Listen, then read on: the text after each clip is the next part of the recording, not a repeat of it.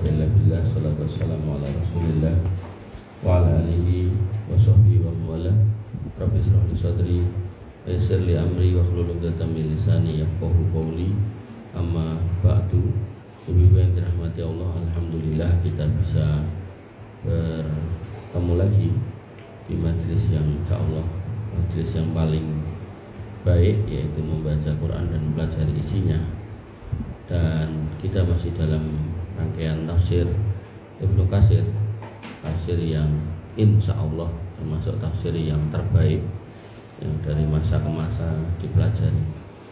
Terus menilai suatu kitab atau seorang ulama yang baik itu tentang kelanggengan ilmunya.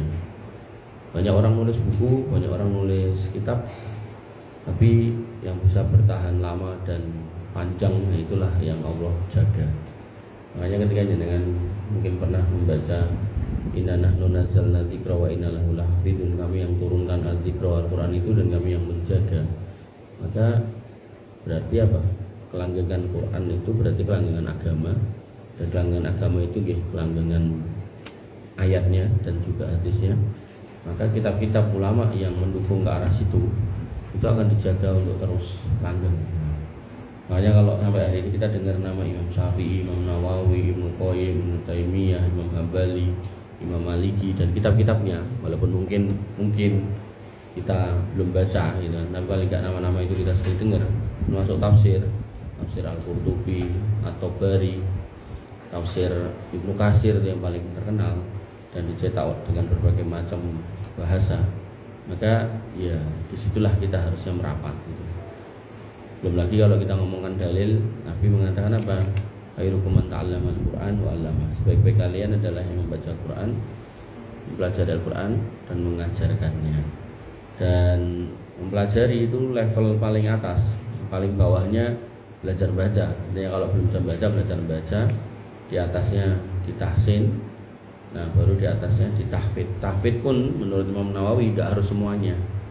Ya, sesuai dengan kebutuhan kita. Al-Fatihah, surat-surat pendek. Sehingga menghafal Quran itu hukumnya fardu kifayah. Artinya kalau sebagian sudah ada yang menghafal, maka tidak wajib buat sisanya. Tapi nek jenengan sanggup, jenengan mampu, bagus juga. Tapi kalau tidak sanggup, tidak mampu, kan kadang ada ibu-ibu niku anaknya rolas gitu kan. Sudah gitu harus cari nafkah juga bantu suaminya gitu. Nah, maka tentu dalam kondisi seperti itu yang lebih penting adalah mengurusi keluarga. Maka ibu yang dirahmati Allah Subhanahu wa taala, kita lanjutkan tafsir kita Quran surat Al-Maidah ayat 109. Satu ayat tapi maknanya dalam banget kalau kita mau meresapi, merenungi. Monggo Bu Indras diwaos dibaca.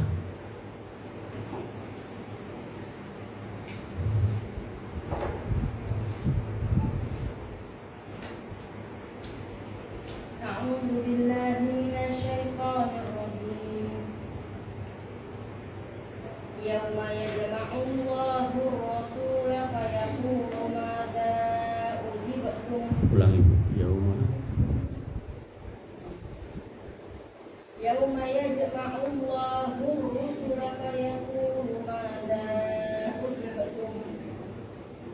Qalu la 'ilma lana innaka anta 'allamul ghuyub. Satu aja.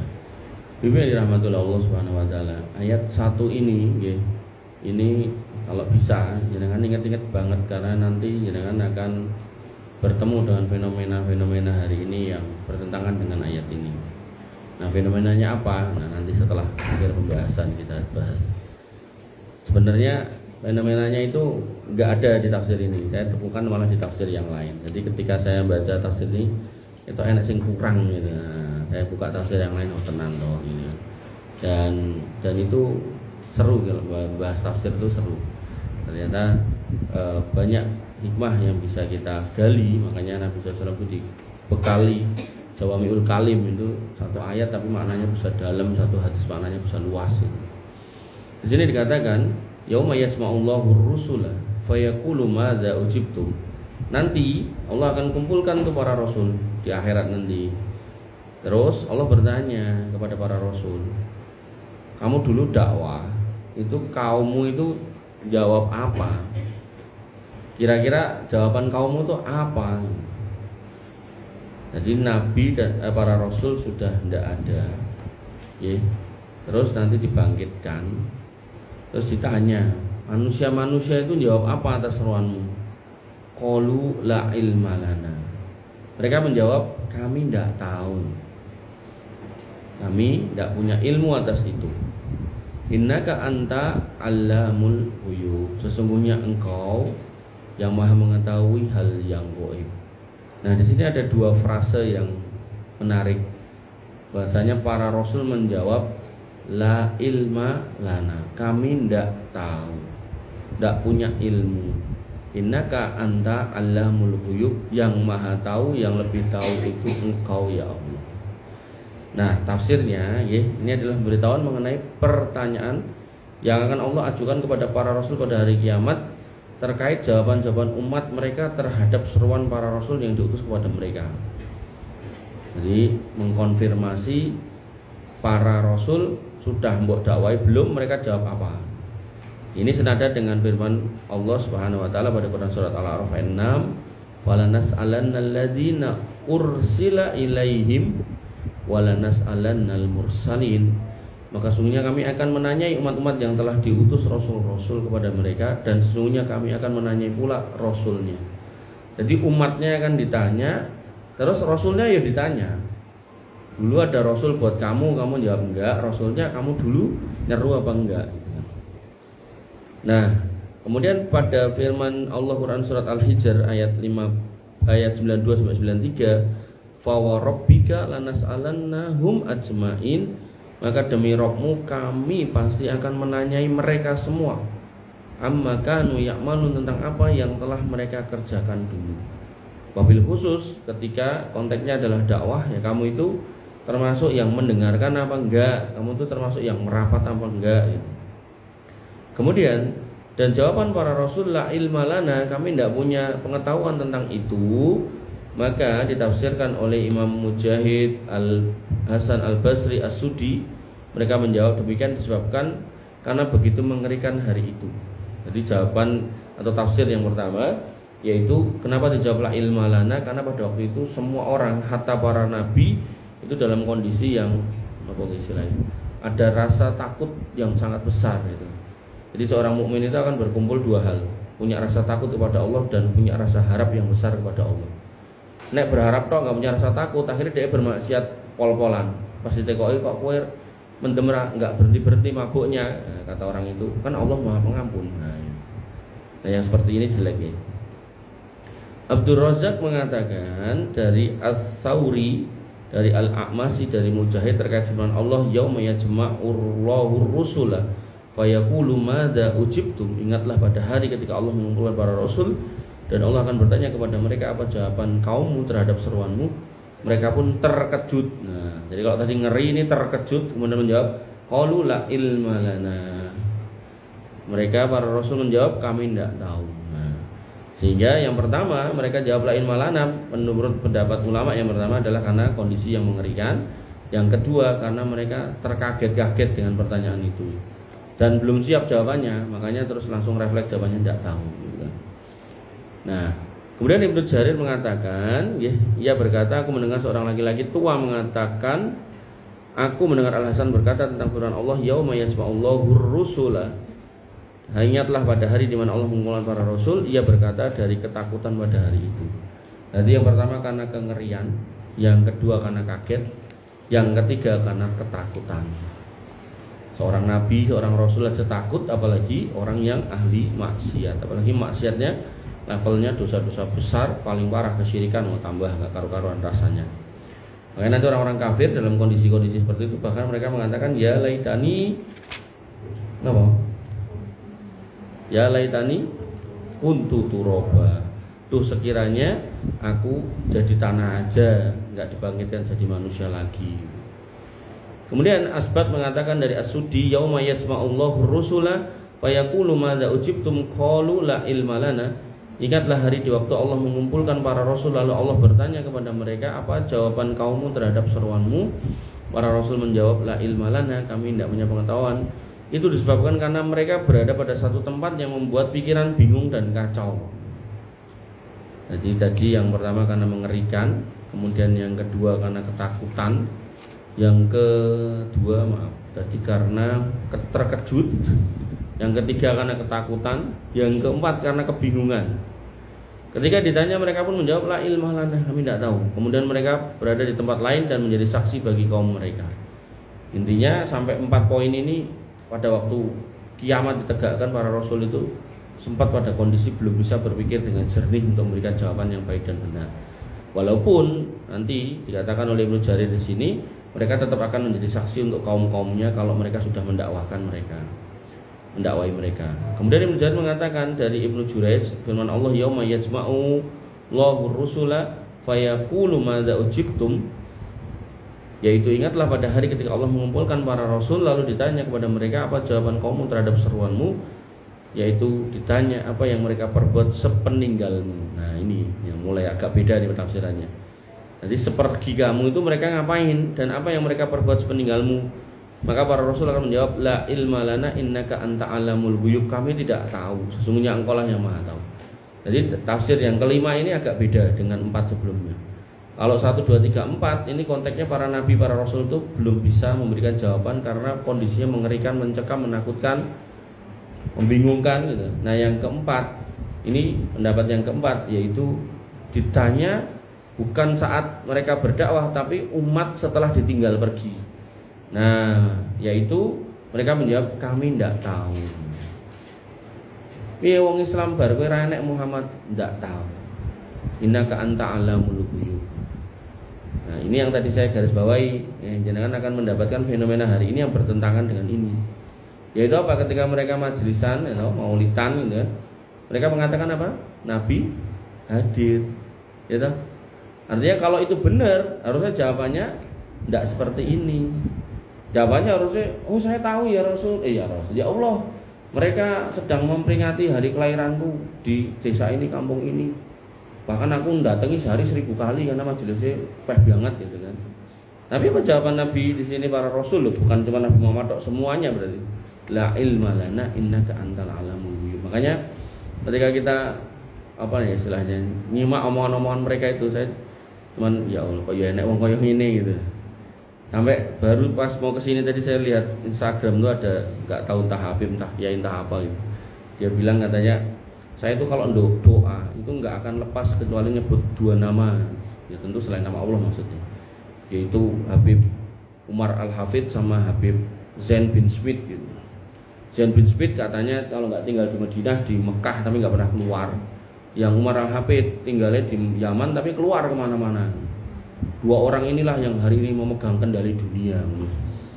Nah nek ngono gitu loh, Palestina kok ambiar kok dia kemudian menengahi, di logika wae loh gitu loh.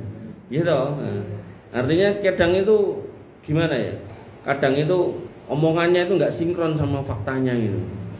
Nah yang seperti ini nih aneh itu. Bahkan mungkin saya pernah nyontohkan tuh ada Habib Indonesia juga itu.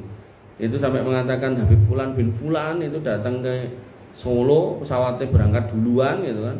Dengan tongkatnya dia pegang, dia katakan nek aku ora waliullah, pesawat ora bakalan atret gitu.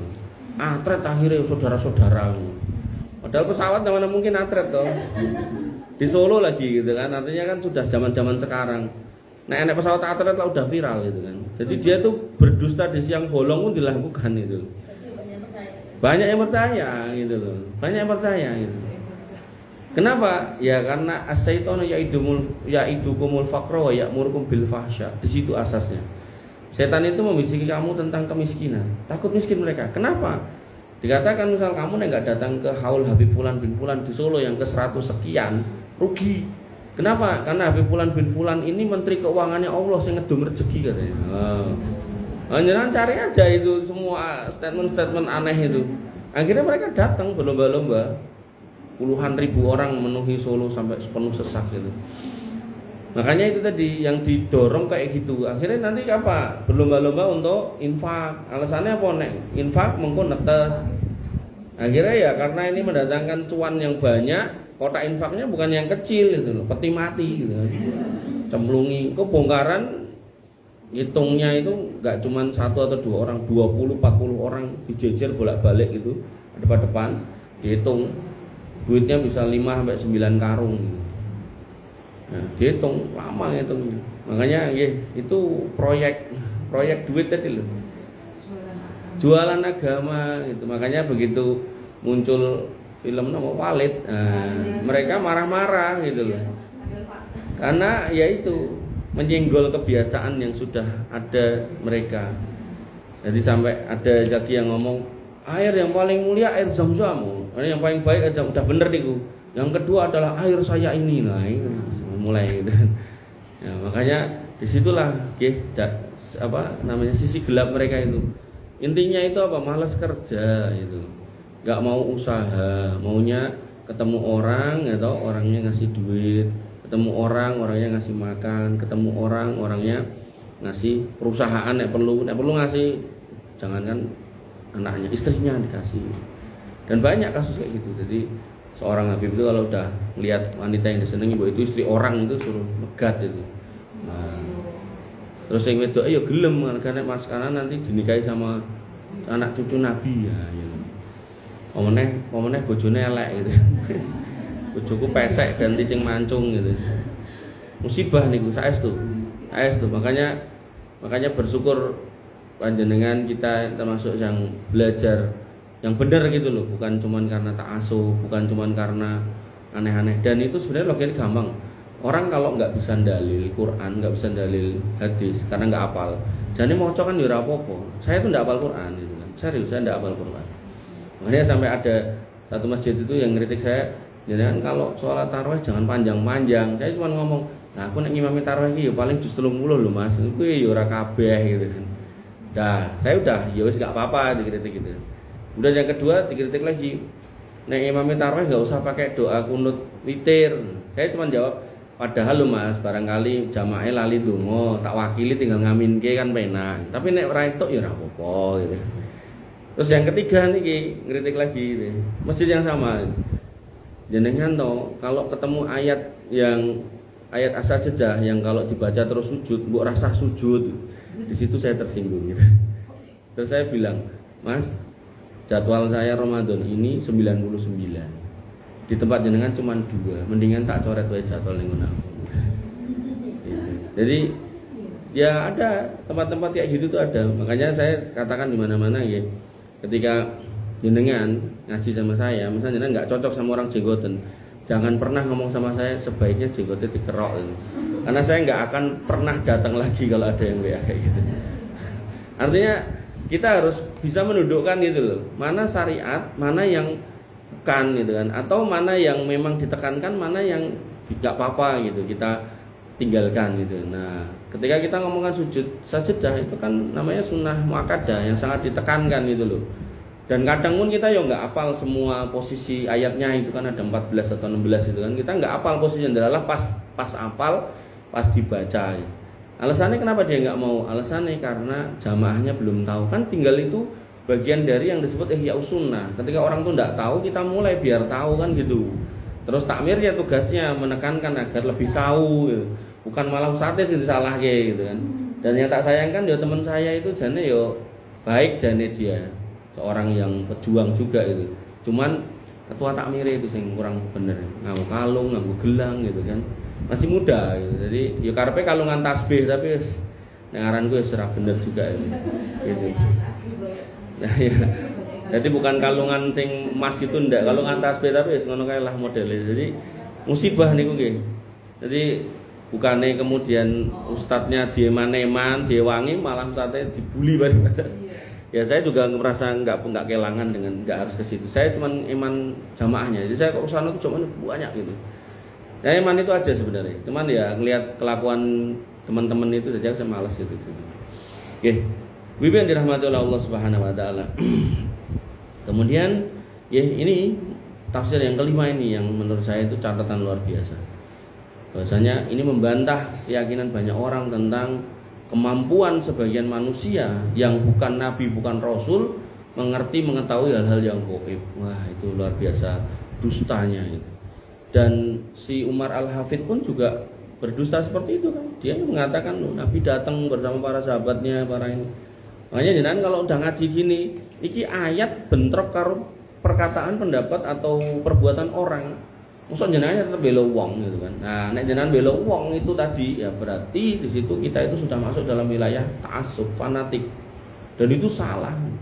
Makanya Nabi itu mengingatkan apa? Wa in tanaza'tum fi shay'in faruddu ila Allah wa rasulih. Nek kamu bingung atas suatu masalah, bukan kembalinya ke orang, kembalinya ke Al-Quran dan hadis, pada Allah dan Rasulnya. Pada Allah jenengan tanya langsung pada Allah, Allah tidak akan kasih jawaban. Wong firman Allah itu sudah ada, yaitu Quran, maksudnya itu Quran. Kemudian tanya pada Rasul, Rasul sudah wafat, ya maksudnya hadis. Makanya kalau ada orang siapapun itu, kiai kah, ustadz kah, mursyid kah, atau apapun gelarnya, buya kah gitu, kalau memang dia bertentangan dengan dalil, ya berarti yang salah bukan dalilnya, orangnya gitu. Saya kasih contoh lagi. Misal Bani Israel dulu pernah mengatakan pada Musa, "Hei Musa, kami akan beriman kalau kamu bisa tunjukkan Allah jahrotan dengan langsung gitu. Kami baru beriman." Lah Allah pun akhirnya baru menampakkan cahayanya baru kena ke mereka mati gitu kan. Terus dihidupkan lagi, terus dikatakan, "Loh, kowe mau urip terus kena cahayane tok wis mati, terus kamu sekarang dihidupkan lagi, wis tobat to." Itu zaman Bani Israel. Nah, saya ada orang ngomong, "Aku ketemu Allah ngimpi." Nah, waktu ngimpi. Terus muridnya, "Wah, hebat guruku." Gitu. Pertanyaannya, apakah ada para nabi yang pernah bertemu dengan Allah saat mimpi? Tidak ada.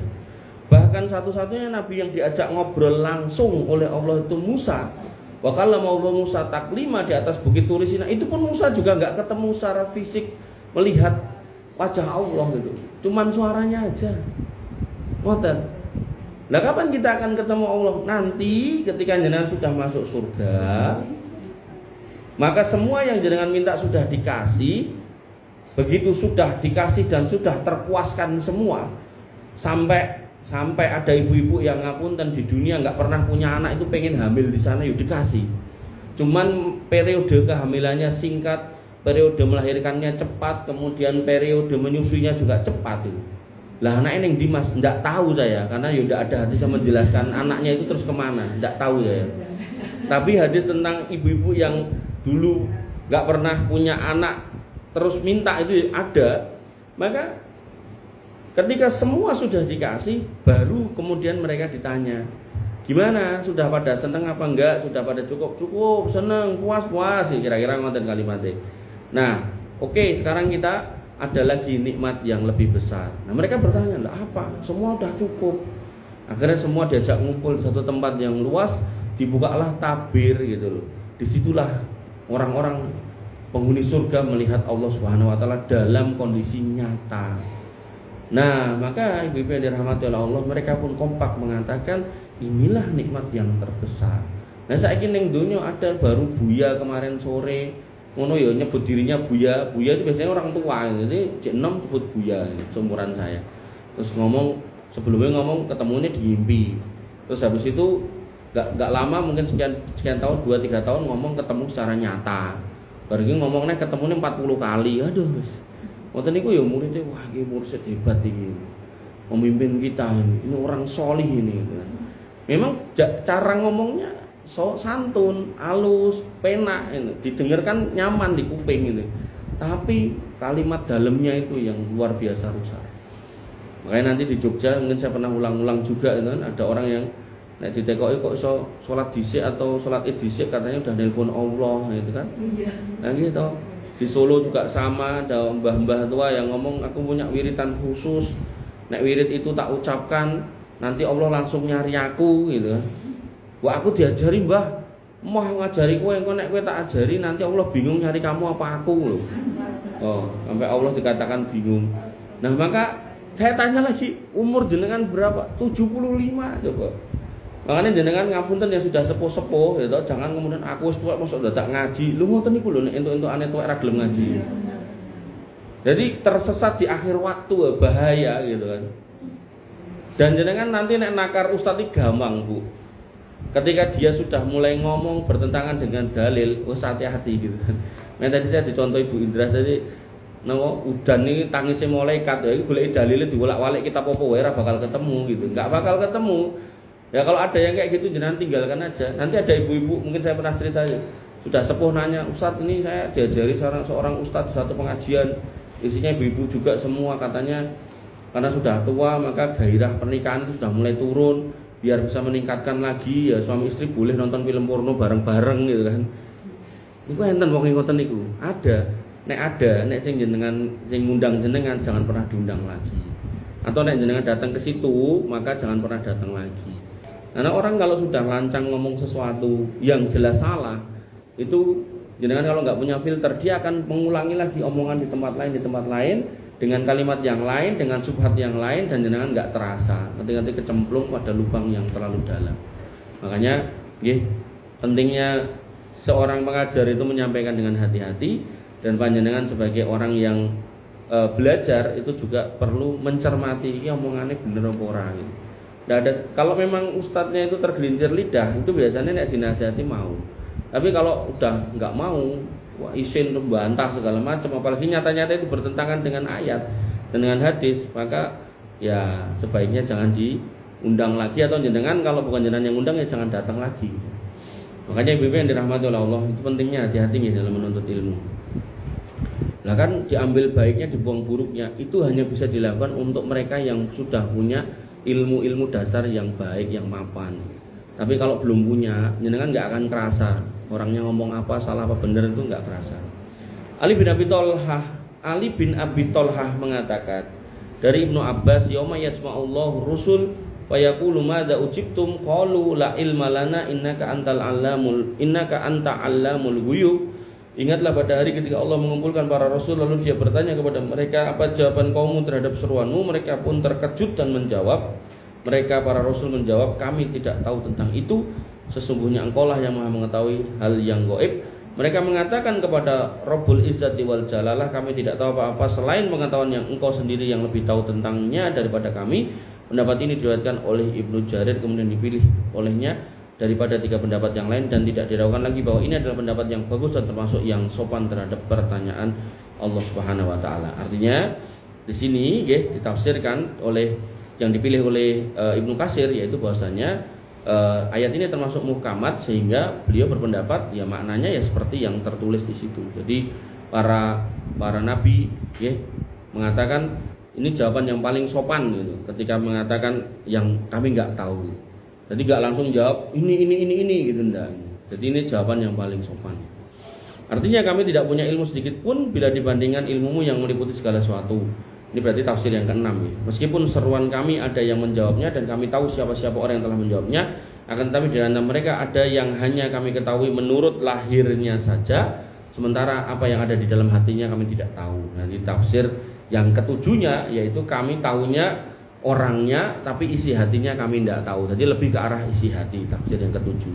Lain halnya dengan engkau yang maha mengetahui segala sesuatu, dan engkaulah yang maha mengetahui segala sesuatu, yang mengawasi segala sesuatu, sehingga ilmu kami bila dibandingkan dengan ilmumu menjadi seperti tidak ada, sebab engkaulah zat yang maha mengetahui perkara yang gaib.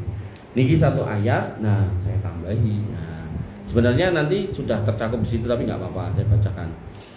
Dalam tafsir At-Taisir dikatakan, kenapa para rasul menjawab tidak tahu tentang respon umat terhadap seruan mereka? Ada beberapa penafsiran terkait jawaban tersebut. Pertama, mereka tidak tahu pada ayat tersebut maksudnya para rasul tidak tahu isi hatinya. Jadi ini yang pertama, justru langsung tafsir yang ketujuh tadi. Kemudian yang kedua, pada hari tersebut para rasul juga mengalami ketakutan, sehingga jawaban yang keluar adalah secara spontan. Mereka mengatakan dengan mulut mereka, yaitu kami tidak tahu. Berarti ini tafsir yang di awal-awal tadi, entah 1 entah 2, saya lupa urutannya. Kemudian yang ketiga, para rasul beradab kepada Allah sehingga mereka mengatakan kami tidak tahu karena engkaulah yang maha tahu. Ini berarti tafsir yang ke-6 kalau nggak salah tadi. Kemudian yang keempat, maksudnya adalah Allah bertanya kepada para rasul tentang apa yang terjadi pada umat mereka setelah mereka meninggal. Hal ini berdasarkan pertanyaan Allah kepada Isa Al-Masih yang kemudian dijawab oleh Isa Al-Masih pada Quran surat Al-Maidah 117, nanti akan ketemu kita.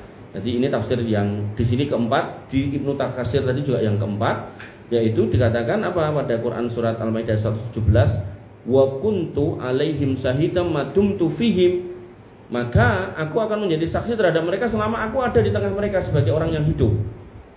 Falamma tawaffaitani, ketika aku sudah enggak ada alias meninggal, kunta a'lamur raqibu alaihim, maka engkaulah yang maha mengawasi mereka. Wa anta ala kulli syai'in syahid, dan engkaulah yang maha menyaksikan atas segala sesuatu. Maka pendapat terakhir ini merupakan pendapat yang penulis anggap paling kuat dibandingkan pendapat-pendapat ulama yang lain. Artinya, dalam tafsir At-Taisir, beliau berpendapat bahwasanya pendapat yang tepat, yang mendekati tepat itu adalah jawaban seperti jawaban Nabi Isa.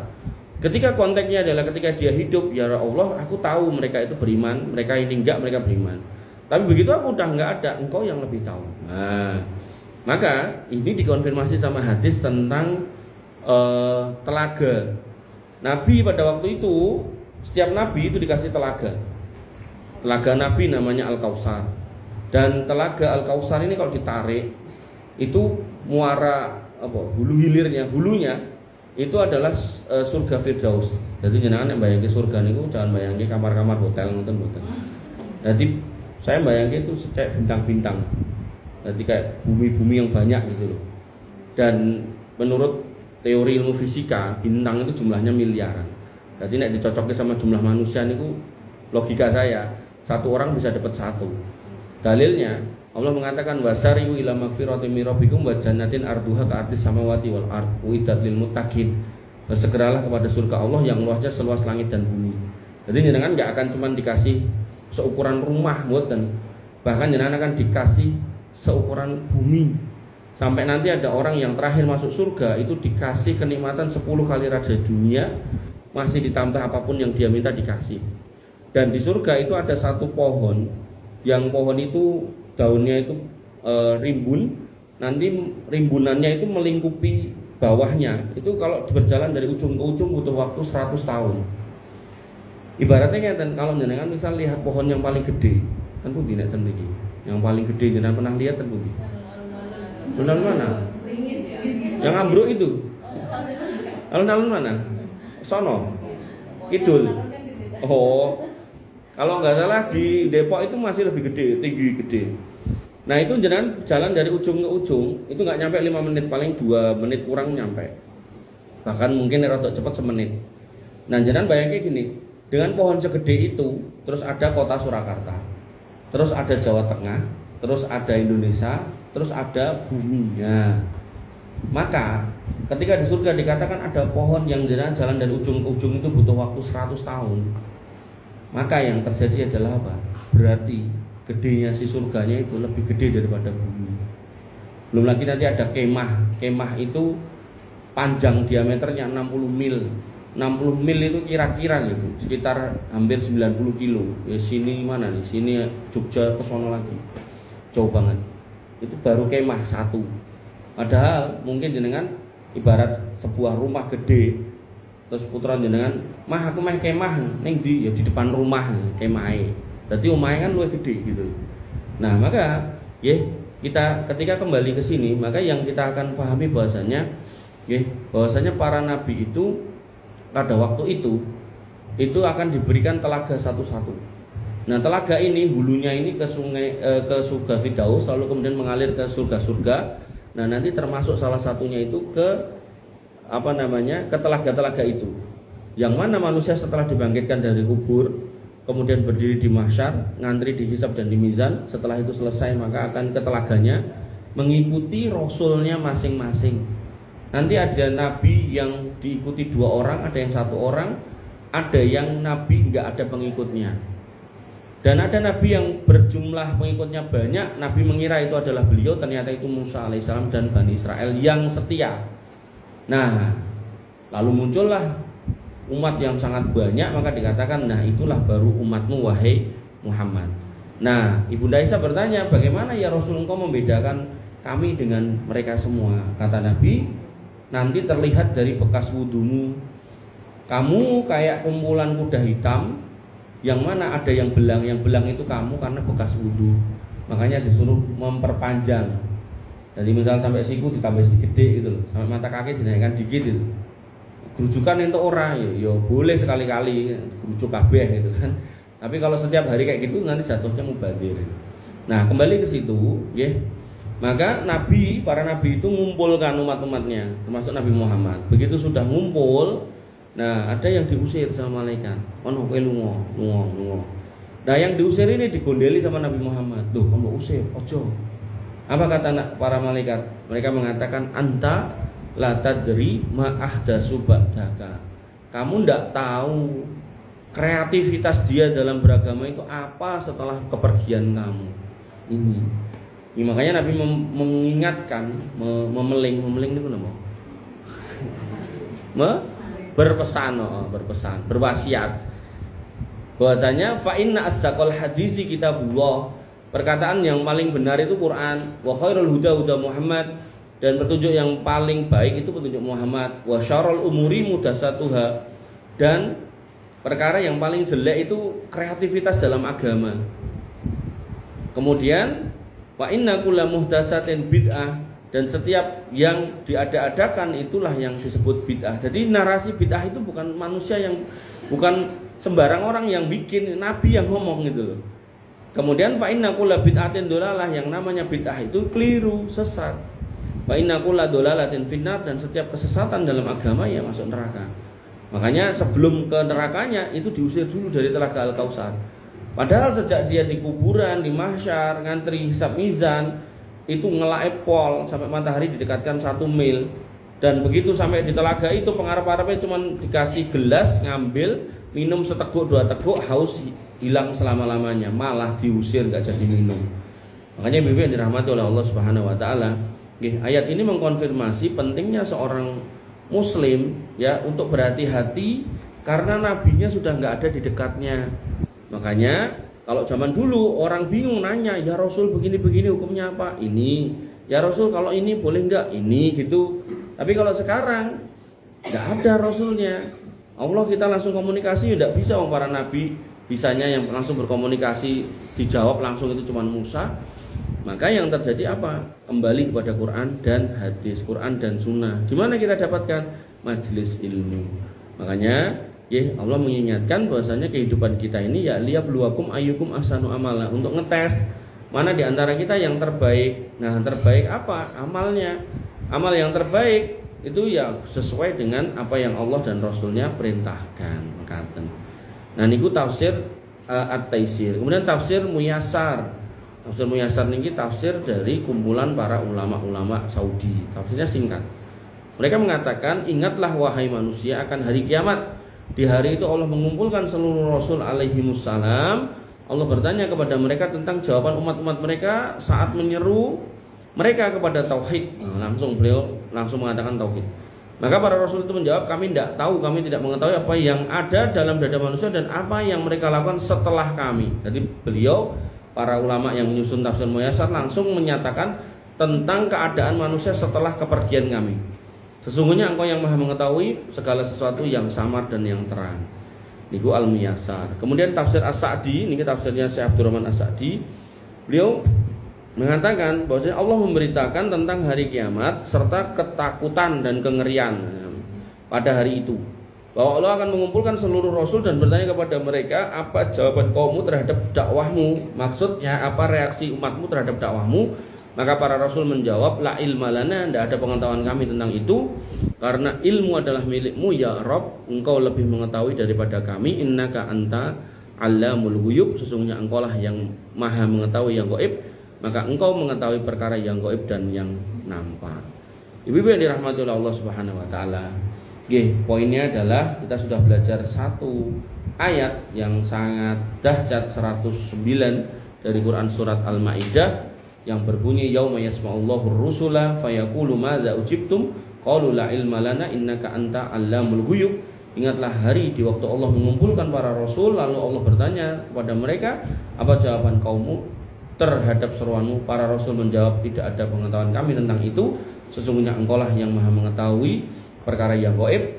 Maka tafsir yang paling sesuai insya Allah itu adalah tafsir ayat bil ayat, yaitu ayat 109 yang ditafsirkan dengan Al-Maidah 117 tentang jawaban Nabi Isa alaihissalam, bahwasanya Nabi Isa menyatakan, ketika aku hidup aku tahu siapa yang menjawab seruanku, siapa yang enggak menjawab aku tahu, tapi begitu aku sudah tidak ada, maka engkaulah yang lebih tahu. Oleh karena itu maka ikhwan fillah, ibu-ibu yang dirahmati oleh Allah Subhanahu wa taala, kita sebagai seorang muslim jangan ragu, jangan malas untuk kemudian menuntut ilmu, karena dengan ilmu itulah kita kemudian mengamankan diri kita dari kesalahan-kesalahan yang hari ini banyak dilakukan oleh sebagian kaum muslimin, yaitu tidak mengikuti sunnah dari Nabi Muhammad SAW, bahkan cenderung, mohon maaf, menyakiti sebagian pendakwah untuk dijauhkan dari sunnah, dikatakan macam-macam, dilabeli aneh-aneh. Padahal Allah berfirman, ya ayyuhalladzina amanu, orang-orang yang beriman, la takunu kalladzina adaw Musa fabarra'ahu Allahu mimma qalu wa kana indallahi wajhiha. Janganlah engkau jadi seperti orang-orang yang menyakiti Musa. Dan Musa di mata Allah tetap mulia, dan Allah melepaskan diri Musa dari kalian. Jadi kisahnya waktu itu Musa alaihissalam itu pemalu, walaupun dia badannya kuat, gede, keker, kalau menghajar orang bisa meninggal, okay? Nah, tapi dia pemalu, selalu pakai baju yang tertutup, permalu. Nah, Bani Israel mulai mengejek, kayak aslinya kelambine kaya ngono mergo awake gudiken gitu, belang gitu. Nah, dan mereka pada zaman itu mandi sering bareng di kali, yes, kayak gitulah zamannya, okay? Nah, Musa nggak mau bareng-bareng. Musa tuh selalu nyari tempat yang agak jauh. Tuh, tenan loh, kelambine brukut, nah terus megah bareng awake dhewe gitu kan. Nah, pada waktu itu tafsirnya itu batu di situ ketika dikasih bajunya Musa nyemplung ke kali, batunya lari gitu, jalan. Makanya nanti dalam hadis tentang perang akhir zaman batu itu ngomong. Nah, jadi itu saling menguatkan gitu kan. Nah, jalanlah si batu ini kemana? Ke arah Bani Israel yang suka ngece tadi itu. Nah, Musa menyadari bajunya ketut, dikejar gitu kan. Sampai di hadapan Bani Israel, dan Bani Israel itu melihat Musa itu badannya keker, putih, mulus, ganteng gitu kan. Yo muka-muka Bani Israel ngoten iku lah, tapi dia nggak ada cacatnya sama sekali. Nah, disitulah kemudian mereka tercabutlah tuduhan mereka, dan Musa sampai hari kiamat menjadi orang yang mulia. Bahkan Bani Israel itu kalau datang Nabi nggak koyo Musa, nggak mau ngakoni. Makanya nanti ayat berikutnya 110 dan seterusnya, 110 111 itu tentang Isa alaihissalam. Nanti datang Isa alaihissalam disebutkan ujiannya ini, mereka nggak mau terima. Kenapa? Karena tidak bisa memimpin perang. Karena memang Isa tidak dinubuatkan untuk memimpin perang gitu loh. Makanya ini sebenarnya ya campuran antara ilmu tauhid gitu kan, kemudian ilmu akidah, ilmu tentang manhaj dan seterusnya.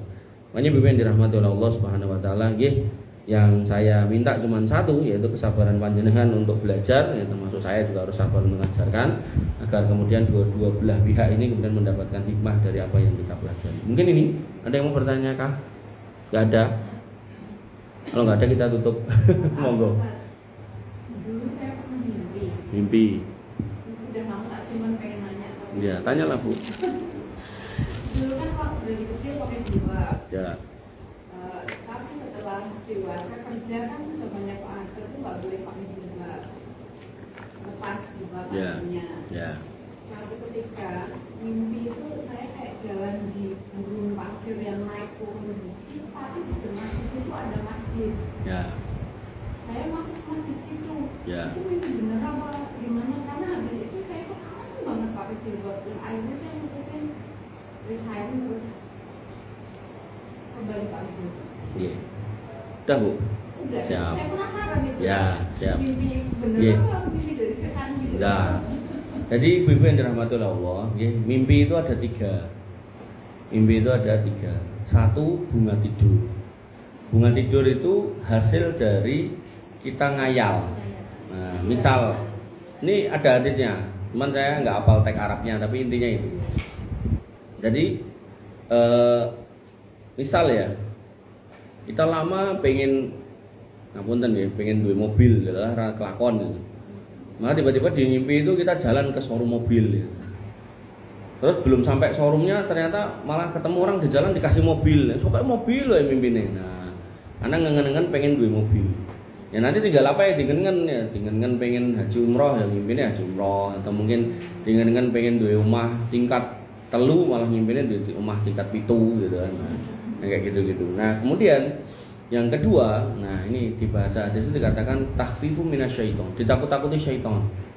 Nah, ditakut-takuti syaitan ini kalau sudah konteksnya bertentangan dengan agama, bertentangan dengan ayat, bertentangan dengan hadis. Contohnya gimana? Contohnya misalnya kita punya orang tua meninggal. Nah, orang yang meninggal itu rohnya itu nggak akan kemana-mana kecuali kalau nggak dikubur itu di langit. Nah, di langit pun tinggal di mana posisinya. Kalau dia mati syahid di tembolok burung warna hijau. Nanti ada juga tembolok burung yang tidak berwarna hijau gitu kan. Nah, tapi pada prinsipnya secara umum itu dikembalikan di kuburan. Nah, itu di dalam bab ruh gitu kan. Nah, kemudian kok di mimpi itu terus datanglah bapak kita atau ibu kita atau orang yang kita sayangi yang meninggal itu tadi terus ngomong, "Duh, Pak neng omah kepanasan." Jadi Pak pengen supaya kowe mentanggal semene moro ning kuburan nggo banyu degan grujuke gitu. Atau mungkin nggo kembang iki taburke atau mungkin maca iki maca kuwi sampeke gitu. Atau mungkin parah lagi, kadang nggak cuma di mimpi malah keluar bener gitu kan. Bapaknya nongkrong ning wit pelem ngarep omah gitu kan. Nah, padahal kalau kita mau memperhatikan itu secara fisik itu pasti akan ada bedanya. Mungkin telinganya rodok dawa, mungkin jambutnya rodok dawa, atau mungkin tangannya kok kecil padahal bapakku dulu gemuk. Nah, yang kayak gitu-gitu itu menunjukkan perubahan setan untuk menakuti kita. Karena setan nggak akan bisa meniru plek ciptaan Allah, apalagi itu Nabi Muhammad gitu. Nah, kemudian yang ketiga, nah ini yang menarik, busra minallah. Busra minallah, kabar gembira dari Allah. Kapan? Ketika berkesesuaian dengan ayat, hadis, dan tidak bertentangan dengan agama tentunya. Nah, dalam konteks yang jenengan sampaikan tadi, saya condong itu adalah busra minallah, kabar gembira dari Allah. Tapi tidak selalu mimpi itu kabar gembira, jenengan harus hati-hati. Saya contohkan. Ada seorang perempuan yang ta'aruf dengan seorang laki-laki. Lalu di mimpi itu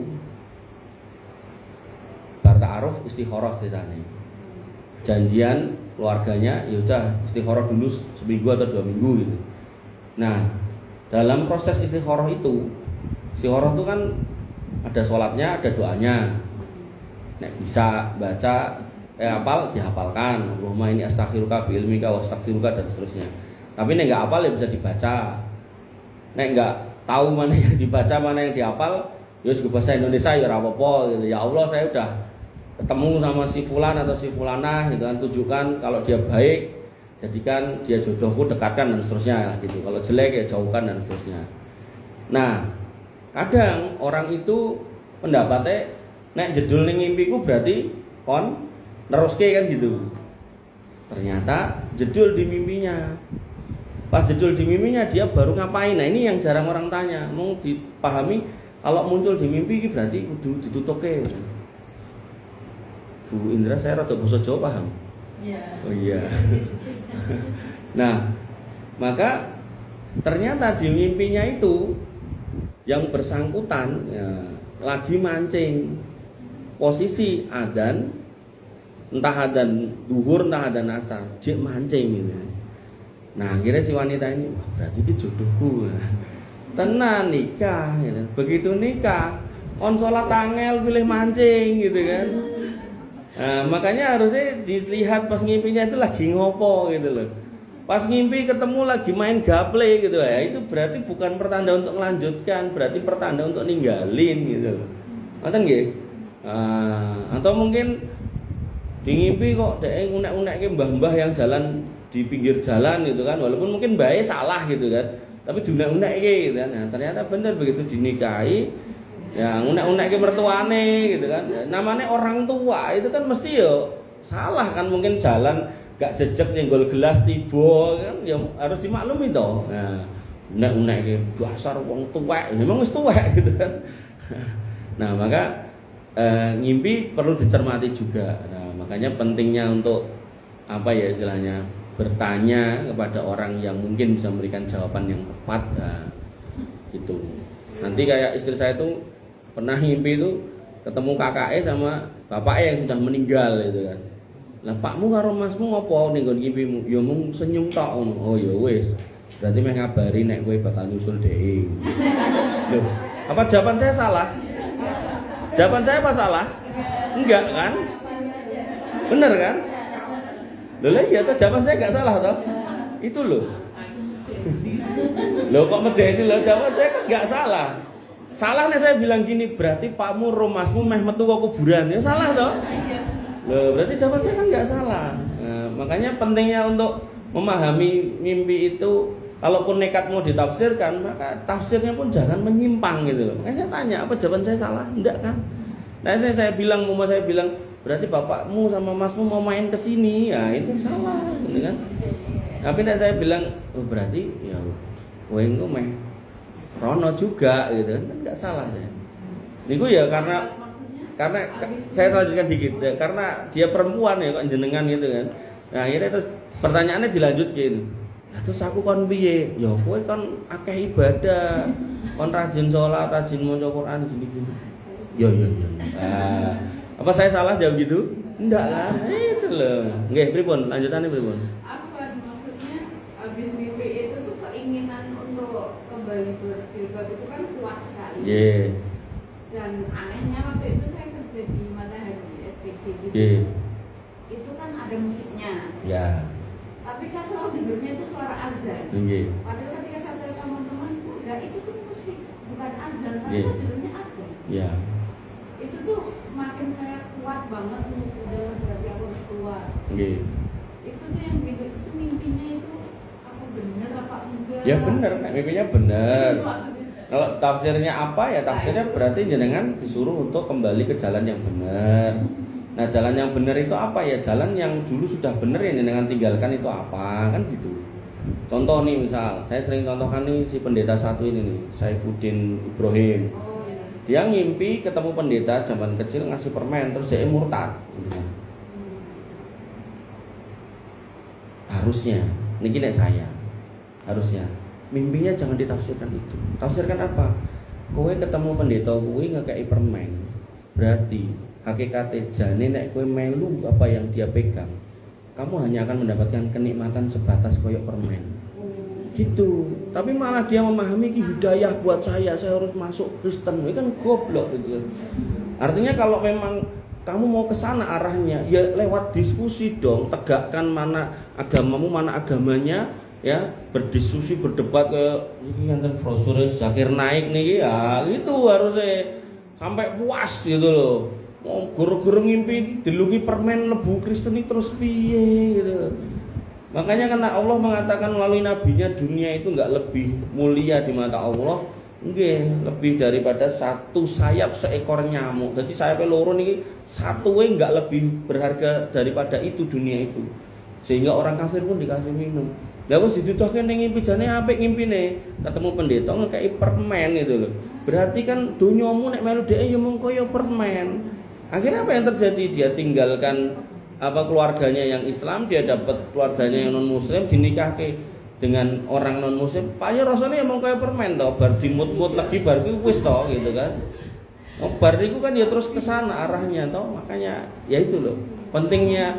Pentingnya selalu punya koridor ini loh, pakai kacamata agama yang baik dan benar dalam menafsir itu. Ngoten ya. Jadi itu babnya nanti sudah tafsir mimpi itu gitu. Ada lagi? Nggih, monggo pripun? Tentang sholat Istikharah. Sholat istikharah itu apa saya paham itu.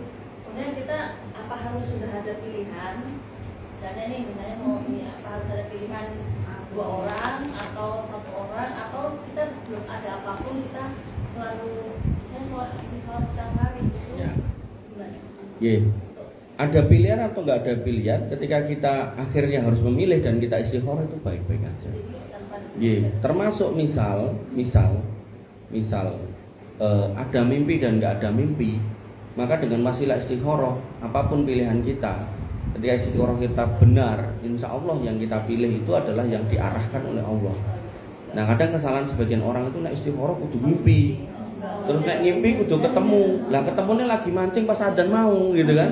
Nah, akhirnya itu terus dia nekat nikah, ditinggal mancing terus nyalahke sing istikharah. Padahal harusnya salah dia dalam memahami mimpinya. Nah gitu. Jadi kalau misalnya gimana ya Allah kalau misalnya itu mudah, nah pokoknya bertolak ini jalan sama Allah dimudahkan, berarti ya mungkin itu yang terbaik gitu. Betul kan, doanya kan Allahumma inni astakhiruka bi ilmika wa astaghfiruka bi qudratika wa as'aluka min fadlikal azim. Ya Allah, saya beristikharah dengan ilmu Engkau untuk ditunjukkan mana yang terbaik. Wa in kunta ta'lam anna hadzal amra khairun li fi dini wa ma'asi. Kalau engkau tahu bahwasanya ini baik untuk urusan agama dan duniaku, faqdurhuli wa yassirhuli. Mudahkan aku untuk mendapatkannya. Ini enggak harus soal jodoh gitu, soal kerjaan, mungkin soal beli rumah, soal macam-macam. Aku tuh kuno mah kene apa ora, dadi tanggane bidras apa ora, ya gitu-gitu loh. Nah, wa in kunta ta'lam anna hadzal amra sarun li fi dini wa ma'asi fasrifu anni waqdur lil khaira haitsu kana sumaradini bihi. Kalau kiranya menurut engkau ini adalah hal yang jelek buat saya, maka jauhkan saya dari ini dan mudahkan saya menuju yang lebih baik. Dan berdasarkan ilmu engkau. Makanya ya kalau bisa menghafal monggo, kalau enggak dibaca. Nek enggak juga pakai bahasa Indonesia, yang intinya kita minta dimudahkan untuk pilihan yang terbaik. Nek harus dua, mungkin misalnya ada yang lamar baru satu, sik ngenteni siji jingkas lagi aku meh istikharah. Ya ndak juga gitu kan. Nggih. Termasuk ketika belum ada yang datang, wah aku mau istikharah, jangan. Justru istikharah itu baik untuk dilakukan ketika memang kita dihadapkan pada kondisi-kondisi kita harus banyak berpasrah kepada Allah atas sebuah keadaan yang kita tidak tahu, misal kayak jodoh dan seterusnya gitu. Kita tidak tahu gitu kan. Maka kalau emang kesana arahnya ya kita harus banyak-banyak istikharah. Kan itu misalnya nggak ada apapun, kadang kita sering istikharah, misalnya kadang kita kan suka pilih hari ini aku mau apa gitu, maksudnya kan ya supaya Allah kasih petunjuk gitu. Oh ya nggak apa-apa kalau gitu, nggak apa-apa, baik-baik aja. Nek nganti bingung gitu ya istikharah. Ada lagi? Cukup. Oke, baik ibu-ibu yang dirahmati oleh Allah Subhanahu wa taala. Ya saya seneng ngerti lho, ngaji santai, ora usah oke-oke, ndak gumoh gitu. Kurang lebihnya saya mohon maaf. Waalaikumsalam subhanakallahumma bihamdika asyhadu an la ilaha illa anta astaghfiruka wa atubu ilaik. Assalamualaikum warahmatullahi wabarakatuh. Saya tuh udah daftar ini pakai yang